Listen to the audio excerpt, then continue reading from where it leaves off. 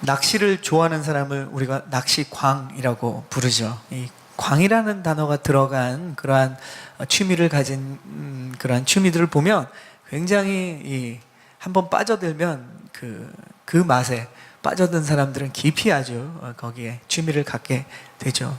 그런 경험을 해보지 않은 사람들은 이해하기 힘들 정도로 거기에 빠집니다. 특별히 낚시에 빠진 분들은, 저희 아버님도 젊은 시절에 굉장히 좋아하셨는데 가족들 데리고 주말이면 낚시터에 가셨던, 저도 이제 따라갔던 기억이 나는데, 이 낚시는 해본 분들만이 또 알 수 있는 그 기쁨이 있다고 합니다.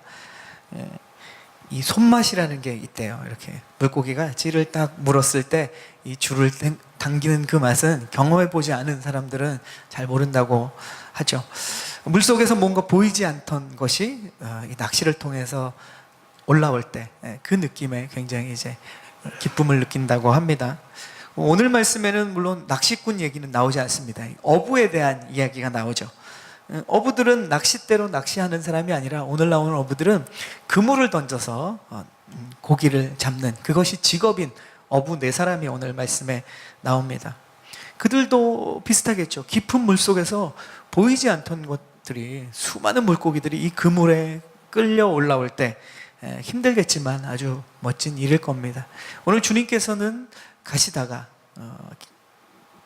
그 호숫가에서 낚시를 하는 이 어부들을 부르시는 장면이 오늘 말씀에 나옵니다. 오늘 말씀에 예수께서 제자들을 부르시는 과정을 통해서 저와 여러분을 하나님께서 부르셨는데, 과연 우리를 부르실 때 그 과정 가운데 중요한 원리들을 우리가 좀 살펴보기로 하겠습니다.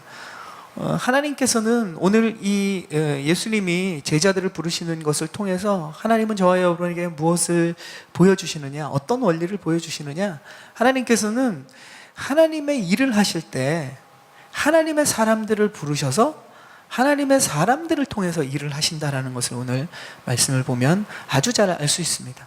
예수님은 주님의 일을 지금 시작하시는 초기예요. 시작하시자마자 예수님은 무엇을 하시느냐? 주님이 사람들을 선택하시고 그들과 함께 일을 시작하셨다는 거죠.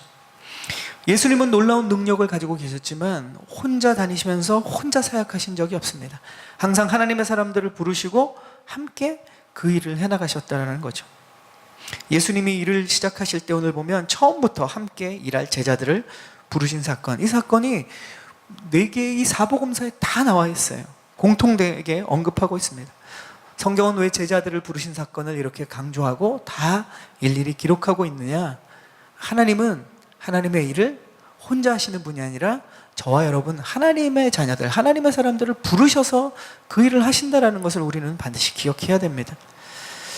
산타모니카 온누리교회가 하나님의 사람들이 모여서 세상 관심사에 더 관심을 갖는 것이 아니라 하나님이 어떤 것에 관심을 갖고 있는지를 우리가 그것에 초점을 맞추고 관심을 가지고 그 일을 하나님과 저와 여러분이 함께 그 일을 해나가는 것이죠. 주일에 예배의 말씀을 듣는 것은 하나님이 무엇에 관심이 있는지를 저와 여러분이 듣는 겁니다. 그리고 순나눔과 또 그리스도인들이 모여서 나누는 내용에는 우리가 하나님이 관심을 가지는 것에 우리가 더 헌신하고 더 노력하자라는 이야기들을 주고받는 거죠. 세상의 정보, 세상의 관심사는 세상 가운데 나눠지는 것입니다. 교회 안에서는 주님의 관심사가 나눠져야 되는 것이죠. 하나님 말씀을 우리가 공동체 안에서 듣고 나누면서 하나님께 관심을 더 갖기를 우리는 원합니다. 그리고 하나님의 일을 우리가 함께 이루어가는 것이죠. 주님께서는 오늘도 일할 사람들을 찾고 계세요. 하나님의 아름답고 놀라운 일을 이루는데 하나님의 자녀들을 부르시고, 그리고 우리 모두가 가정에서 또 우리 일터에서 우리의 교회에서 그 일들을 하나님과 함께 하는 것이죠. 오늘 말씀에 보면 예수님께서 하나님의 사람들을 부르시는데 특별히 오늘 부르신 4사람은 다 공통점이 어부죠. 이 어부라는 직업은 뭐 요즘에도 비슷하지만 특히 그 당시에 이스라엘 사람들에게는 이 어부라는 직업은 지극히 평범하고 어떻게 보면 너무 평범한 그런 직업입니다. 예수님께서 이러한 당시에 아주 평범한 사람들을 부르셔서 예수님의 제자로 삼으셨다는 것은 저와 여러분에게 시사하는 바가 아주 큽니다. 그러니까 예수님은 우리를 부르실 때 저와 여러분의 능력과 신분을 보고 부르시지 않는다는 것을 우리는 거듭 기억해야 됩니다. 주님이 부르시는 사람은 세상에서 약한 자든 세상에서 강한 자든 주님은 전혀 그것이 문제되지 않는다는 거죠. 우리가 그렇게 평가하고 판단하고 생각할 뿐이라는 겁니다. 세상에서는 어떻습니까? 세상에서 불러주고 쓰임받기 위해서는 엄청난 자격과 신분을 요구하지 않습니까? 그래서 우리가 준비해야 될 것도 많고 인내하고 노력해야 될 것도 많습니다. 그리고 그것에 대해서 애를 쓰고 목숨을 걸어도 사실 세상에서 우리를 탈락시키는 경우도 얼마나 많습니까? 직장이 그렇고 대학이 그렇고 우리의 또 어떠한 새로운 사업들이 다 그렇지 않습니까? 죽어라고 준비했는데 아직 자격 미달이다, 이런 결과를 통보할 때도 있다라는 거죠. 그것이 세상입니다. 하지만 주님께서는 우리를 부르실 때 그러한 세상의 자격들을 전혀 고려하지 않으시고 오히려 그것을 무시하시고 때로는 그것을 뒤엎어버리시고 저와 여러분을 부르신다는 겁니다. 그래서 이것이 우리에게 은혜가 되고 우리에게 소망이 되는 거죠.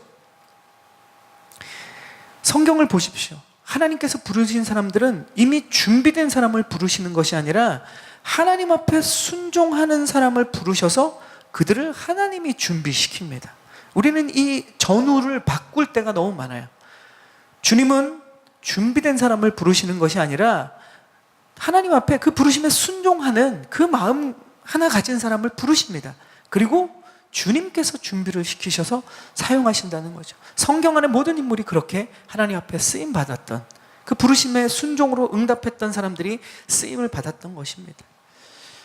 사랑하는 여러분, 주님께서 여러분을 부르실 때 우리에게는 준비가 필요한 것이 아니라 순종이 필요한 것입니다.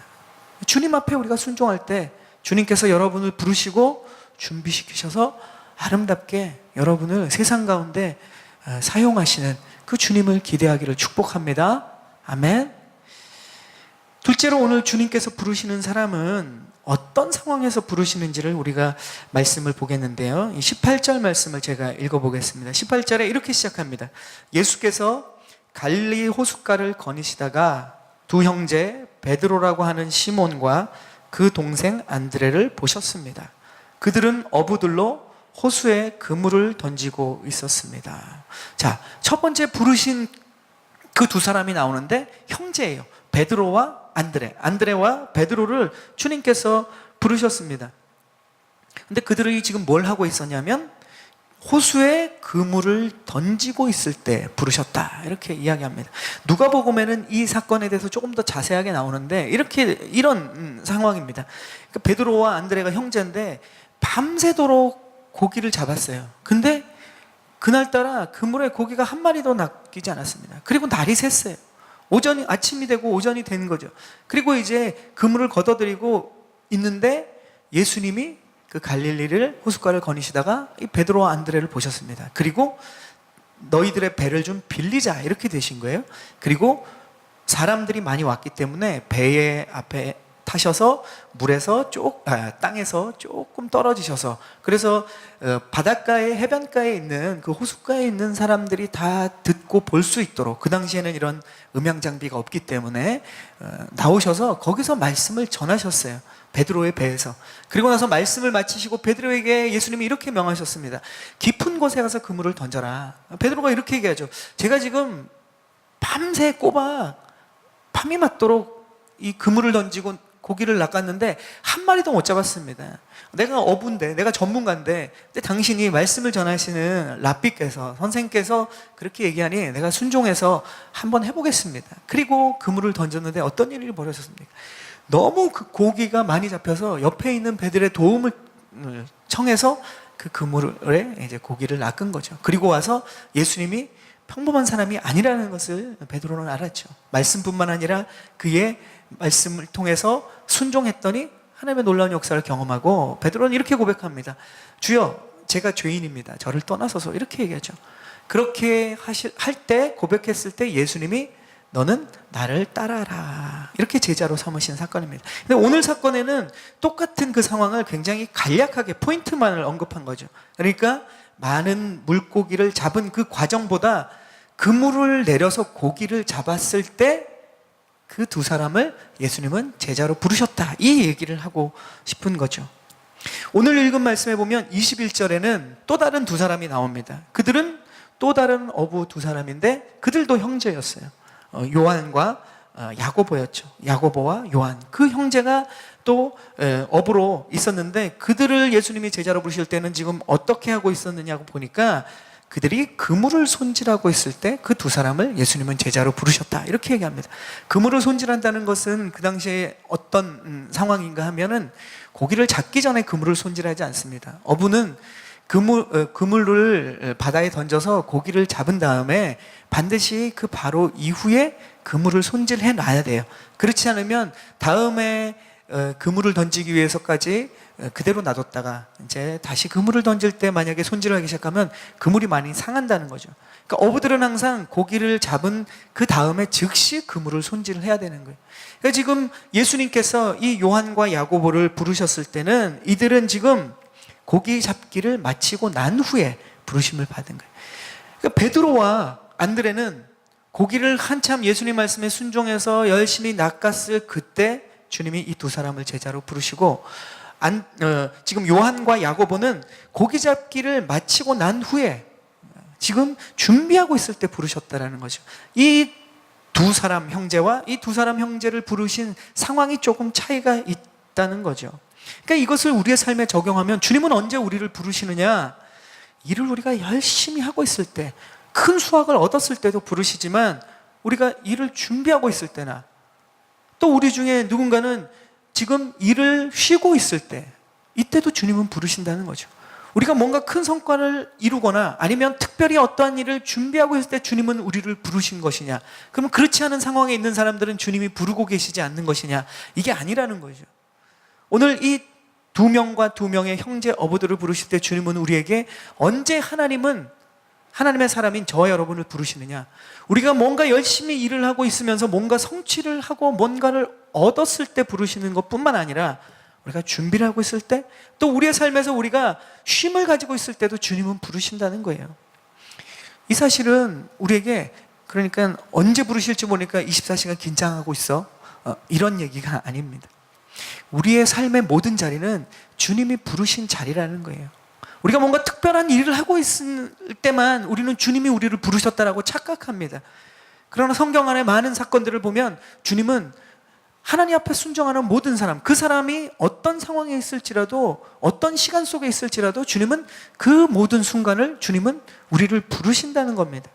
그러니까 이런 우리가 잘 아는 말씀 있지 않습니까? 먹든지 마시든지 주님의 영광을 위해서 해라. 우리가 먹고 마시는 일조차도 하나님 앞에, 이것은 전혀 하나님과 상관없는 그냥 세상의 일이라고 우리가 쉽게 생각할지 모르지만 성경은 분명히 얘기합니다. 너희가 먹고 있느냐? 마시고 있느냐? 또 너희가 쉬고 있느냐? 너희가 준비하고 있느냐? 그 모든 것이 하나님께 영광을 돌릴 수 있는 자리라는 거죠. 그 시간이라는 거죠. 그러면 그 시간이 바로 주님이 부르시는 자리고 부르시는 시간이 된다는 겁니다. 그러니까 우리가 일하든지 준비하든지 쉬든지 모두 다 그 안에서 하나님을 기억하고 그 순간에 우리가 하나님 앞에 감사하고 있고 하나님의 사랑을 나누고 있다면 그 시간이 부르심의 시간이고 그 자리가 부르심의 자리라는 겁니다. 아멘? 이거 굉장히 중요한 겁니다. 많은 분들이 그 모든 순간들이 주님의 부르시는 순간이라고 우리가 인정하지 않을 때가 많기 때문에 그렇습니다. 주님께서는 우리의 모든 순간을 그렇게 제자된 삶을 살 수 있도록 우리를 초대하시고 우리를 부르시고 사용하시고 또 축복을 주셨다는 거죠. 또 다른 측면으로 적용해 본다면 베드로 형제들처럼 무언가를 얻었을 때 하나님의 제자된 삶을 살 수 있을 뿐만 아니라 이 야고보와 요한과 같은 이 두 형제처럼 준비 단계에 있을 때도 제자된 삶을 살 수 있다는 것을 분명하게 보여주고 있지 않습니까? 이것은 무엇을 이야기하느냐? 우리 성도님들 중에 다양한 지금 단계에 계신 분들도 있고 다양한 연령대도 있고 다양한 삶의 패턴을 지금 시기에 계신 분들도 있어요. 근데 성도님들 중에는 새로운 일을 시작하기보다 내가 이제 세상 경험도 많이 했고 내가 이제 연령도 이제 나이도 많아서 이제 내가 새로운 일을 할 수 있는 것이 없다. 이제까지 했던 일을 마무리하고 이제는 아무 일도 나에게 주어진 일이 없다고 생각해서 하나님은 나를 이제 부르심의 자리는 이제 다 끝났다. 이렇게 오해하고 계신 분들도 계시다는 거죠. 그러나 하나님께서는 저와 여러분의 생이 마감하는 그날까지 우리를 부르심의 자리로 초대하십니다. 어르신들 아멘입니까? 주님이 부르시는 그날까지 우리를 계속 부르시고 우리를 초대하고 계세요. 주님께서 우리를 불러주셨고 함께 일하시기 원하신다는 것, 또 우리가 주님이 부르시는 그 날까지, 생을 마감하는 날까지 주님은 우리를 삶을 통해서, 우리의 생활의 모든 순간을 통해서 꿈꾸고 계시고 우리를 통해 이루시기를 원하고 계신다는 겁니다.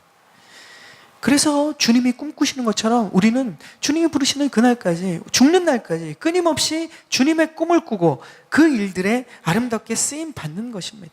그리고 우리는 이 땅의 삶을 마감할 때까지 제자로서의 할 일을 남아있는 거죠. 그 아름다운 계획과 꿈과 소망 속에서 우리는 날마다 살아가는 겁니다.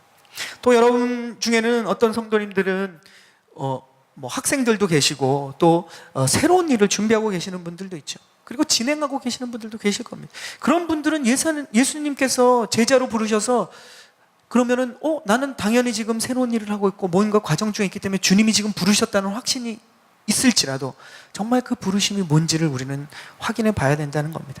그 일 자체에 대한 부르심이 아니라 그 일을 통해서 하나님이 그 일을 통해서 무엇을 원하시는지 그 목적과 의미를 우리는 그 시기 가운데 발견해야 된다는 거죠. 바르게 우리가 그 일을 통해서 주님이 주시는 목적과 의미를 우리가 바로 세울 때 그 일을 다 이루고 나서 하나님을 위해 살아가는 것이 아니라 그것을 준비하는 모든 과정 속에서 그 과정 자체가 하나님의 그 부르심 안에 응답하는 시간이 되는 겁니다. 그러니까 예수님은 일을 마무리하는 사람들도 부르시고 무언가 일을 막 시작하는 사람들도 부르시다는 것을 알 수 있죠. 세상의 많은 것을 경험하고 난 뒤에 사람도 주님께서는 제자로 부르시고 젊은 날 비전을 세우고 아직 사회의 초년병인 그런 분들도 주님은 다 부르신다는 거예요. 이것이 우리에게 얼마나 큰 축복인지 모릅니다. 하나님께서는 어떤 상황 가운데 있을지라도 저와 여러분을 부르시고 제자로 삼으시고 우리를 통해서 하실 일들을 날마다 꿈꾸고 이루어가고 계십니다. 아멘. 이것이 우리에게 부르신 주님의 축복이에요. 하나님께서는 어떤 상황이 있을지라도 우리를 제자로 부르셔서 하나님의 영을 부어주셔서 하나님의 영이신 성령께서 우리에게 임하시면 어떻습니까? 자녀들은 예언을 하고 젊은이들은 환상을 보고 어른들은 꿈을 꾸는 거죠. 아비들은 꿈을 꾸는 거죠. 이런 놀라운 역사들이 우리의 삶에 날마다 일어나고 있습니다. 우리는 그것을 붙잡고 그것을 가지고 하루하루를 소망 가운데 사는 거죠. 우리 모두를 바로 지금 나의 자리에서 예수님의 제자로 부르시는 주님의 음성을 이 시간도 저와 여러분이 듣기를 축원합니다. 아멘. 이제 마지막으로 예수님께서 부르신 사람들은 어떻게 쓰임을 받는지를 오늘 성경에는 나옵니다. 우리 19절 말씀을 한번 읽어볼까요? 19절 말씀 시작. 예수님께서 말씀하셨습니다. 와서 나를 따라라. 아멘. 내가 너희를 사람 낚는 어부로 삼을 것이다. 주님이 이렇게 말씀하셨습니다.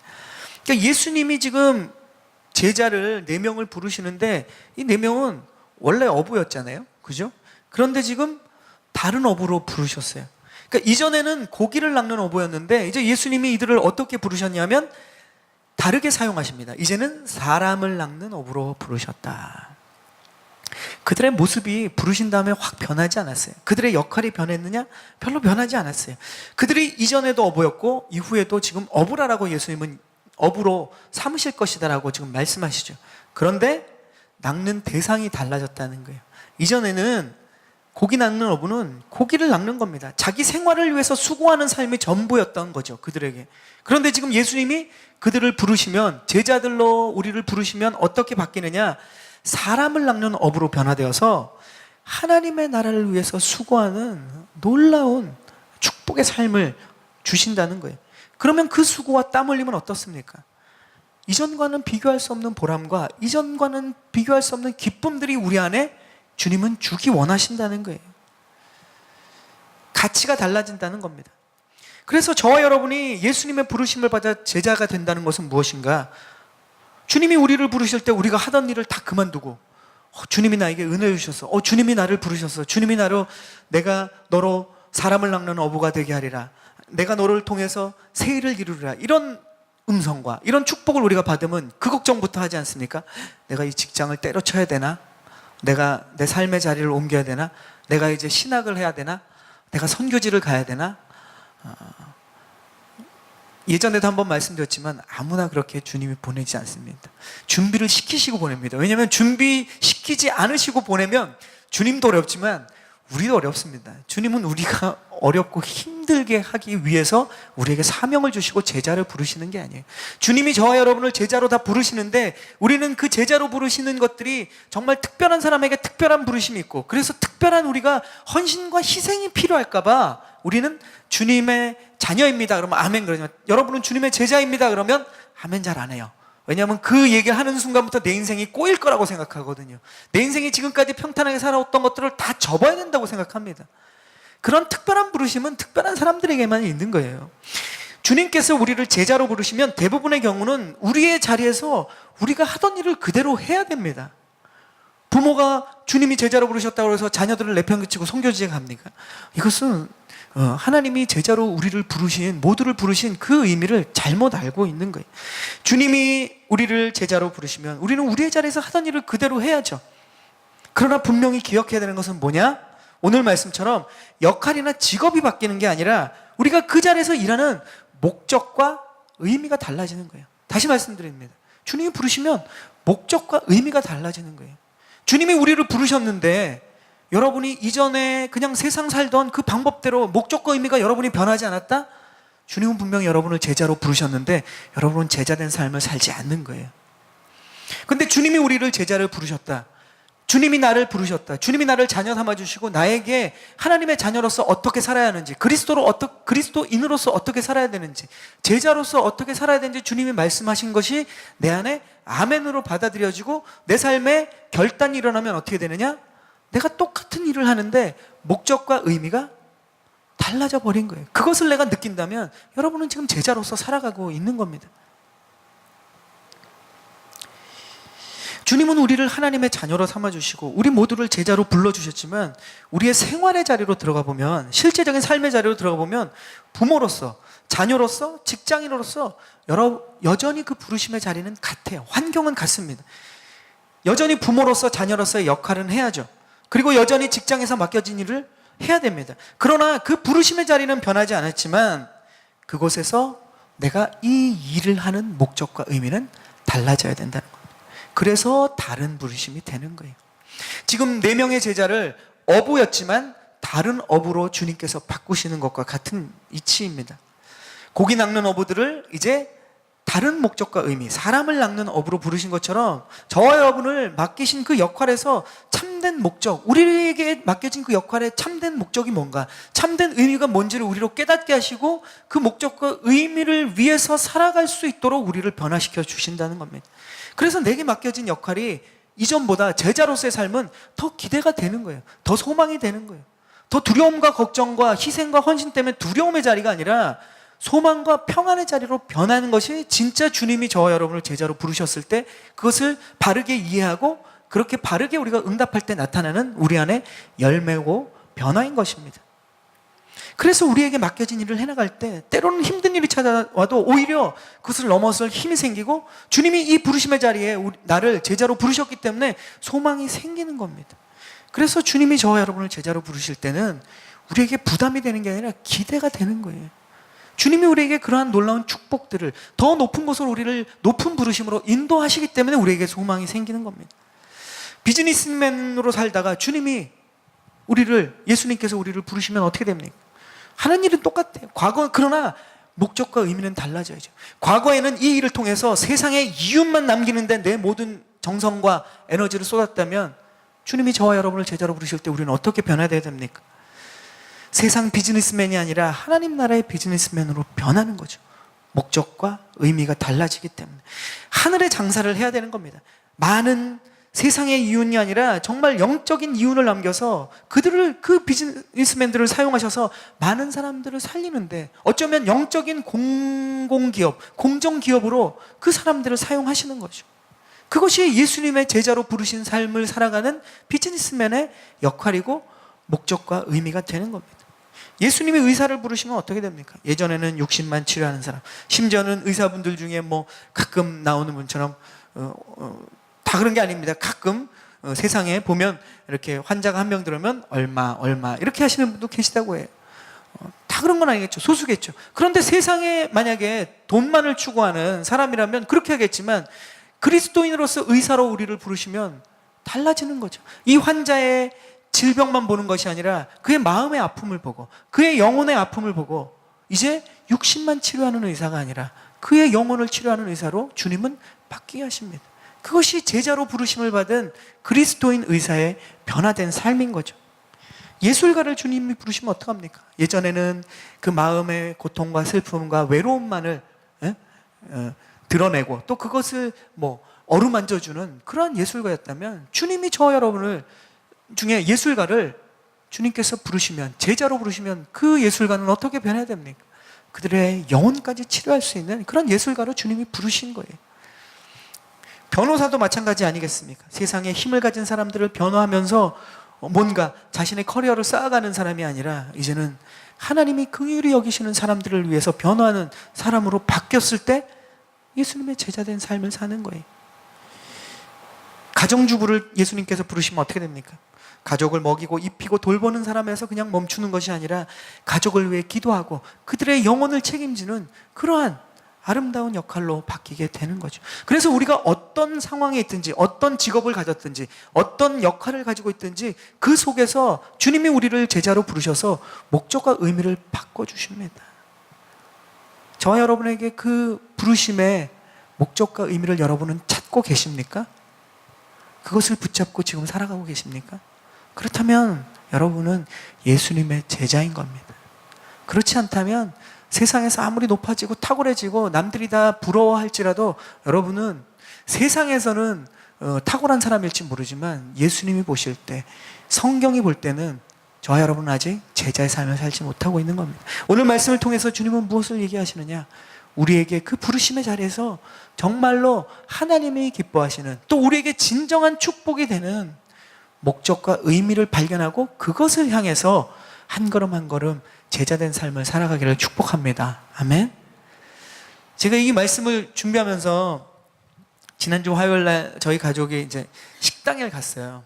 근데 이제 그 종업원이 계셨는데 멕시코 분이었습니다. 자기를 소개하는데 라몬이라고 하더라고요. 그러면서 이제 얘기를 하는데 이렇게 저희도 이렇게 사람 만나다 보면 영적인 촉보다는 그냥 느낌이 어떨 때 오잖아요. 이 사람 평범한 사람은 아니다. 외모만 평범한 게 이렇게 얘기를 하는 걸 보면 일상적인 그러한 어떤 그냥 종업원으로서의 대화가 아닌 그런 이야기들을 하더라고요. 맨 처음에 이제 이렇게 얘기하는 가족이냐 이런 얘기하면서 우리 아들한테 얘기를 하는 거예요. 너는 굉장히 블레스드라는 거예요. 축복받은 아이라는 거예요. 그러면서 이렇게 그러니까 가족, 특별히 이제 아빠를 강조하는데 아빠랑 함께 이렇게 식사하고 재밌게 이렇게 있는 거는 너는 되게 큰 축복이다. 이런 얘기를 하더라고요. 그러면서 이제 음식 주문받고 식사 중에 다가와서 얘기를 나누는데 되게 장사가 잘 되는 식당이었으니까 엄청 바쁠 텐데 자꾸 이렇게 왔다 갔다 하면서 저희 테이블뿐만 아니라 그 사람이 가는 테이블을 봤는데 굉장히 계속 말을 하는 거예요. 그래서 또 이 멕시코 분들이 이게 흥이 많으시고 말씀이 많으시니까 그냥 좀 특이하다. 근데 뭔가 이제 내용들이 좀 심상치 않은데 이제 오더니 저희 테이블에서 좀 얘기를 계속 하는 거예요.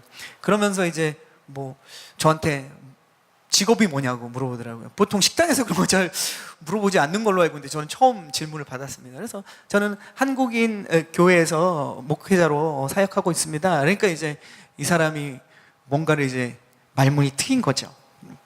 그러니까 그때부터 저에게 그 사람이 설교를 하기 시작했습니다.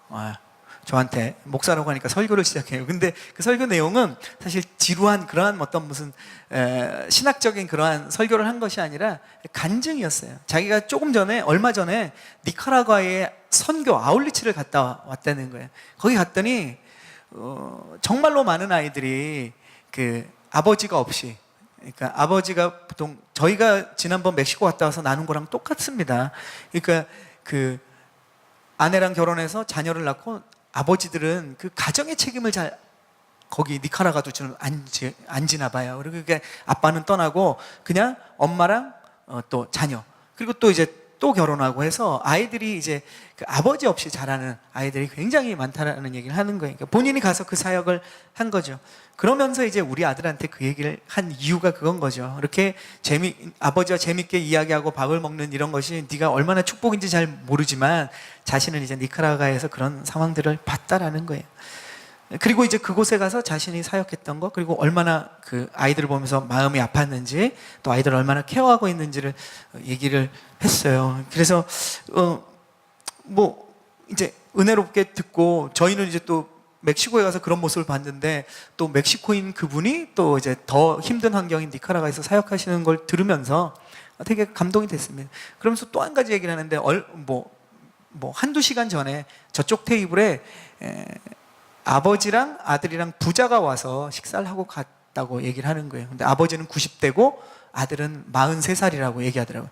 둘이 식사하는데 이제 지금 얘기 나눈 것처럼 가서 똑같이 얘기했다는 거예요. 아들한테는 이렇게 아버지가 이렇게 잘 지금까지 이렇게 케어하고 가정을 잘 돌봤기 때문에 당신이 있는 겁니다. 그리고 그 아버지한테는 이렇게 90대 노인인데도 아들이 이렇게 같이 모시고 여행하는 게 얼마나 축복이냐, 흔치 않은 일이다, 이런 축복을 하니까 이제 그 두 사람이 그런 이 라몬의 이야기를 들으면서 이제 뭐 울고 허구했다고, 네, 그 얘기를 하는 거예요.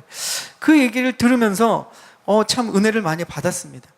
그리고 이제 저희가 계산을 하고 뭐 팁도 이제 조금 쓸 수가 없잖아요. 그런 다 이제 제 신분도 들통이 나고 그분도 한참 설교를 하셨는데, 네, 그래서 이제 좀 하고 이제 나가는데 또 출입구에서 이제 인사하고 가니까 또 잡혔어요. 거기서 또 얘기를 시작하시는. 그러면서 자신의 이러한 사역과 자신의 교회와 또 이러한 일들을 위해서 기도해 달라고 하더라고요. 그래서 기도하면서 제가 이렇게 얘기했습니다. 기도하겠다고 하고 그 다음에 또 축복하면서 이런 얘기를 했어요. 당신이 이 레스토랑의 선교사다. 당신이 진짜 사람을 낚는 어부다. 당신은 진짜 예수님의 제자로 살고 있다. 이런 이야기들을 나눴습니다. 그리고 한 주간 생각하면서 어쩌면 뭐 실제로 그런 것 같아요. 저보다 더 세상의 영혼들을 향해서 정말 자신이 똑같은 레스토랑의 종업원으로 일하지만 목적과 의미를 찾아서 하나님의 그 제자된 삶을 살아가는 그 샘플을 저로 보게 하시고 묵상하게 하더라고요. 진정한 사역자고 진정한 하나님의 제자라는 거죠. 저보다 더 제자된 삶을 사는 거예요. 여러분은 어떻습니까? 저도 그냥 이번 주에 만난 한 분이지만 다른 사람이 여러분을 만났을 때 여러분을 통해서 제가 그 라몬에게 느낀 그 의미와 그 감동을 여러분을 통해서 받는다면 얼마나 놀라운 일이겠습니까? 주님은 저와 여러분을 그렇게 사용하시기를 원하세요. 우리가 어떤 자리에 있든지 어떤 역할에 있든지. 그분은 뭐 오너도 아니잖아요. 그냥 종업원이잖아요. 우리가 위치가 중요한 것이 아닙니다. 우리의 삶의 자리에서 우리가 그러한 제자로서의 목적과 의미를 발견하고 선한 영향력을 미칠 수만 있다면 누구 못지않은 하나님이 정말 자랑하고 싶어하는 그런 하나님의 자녀, 하나님의 제자가 우리는 될 수 있습니다. 날마다 그 기회를 저와 여러분에게 주고 계십니다. 저와 여러분은 그러한 하나님의 부르심을 받은 사람이에요. 우리가 어디 있든지 무슨 일을 하든지 세상 것만을 얻기 위해서 우리의 시간과 인생과 관심을 다 쏟는 것이 아니라 오히려 이 세상에서 하늘의 것을 얻고 누리고 나눠주는 모두가 되기를 축복합니다. 아멘. 이것이 오늘 말씀을 통해서 저와 여러분에게 주님이 간절히 부탁하시는 말씀이에요.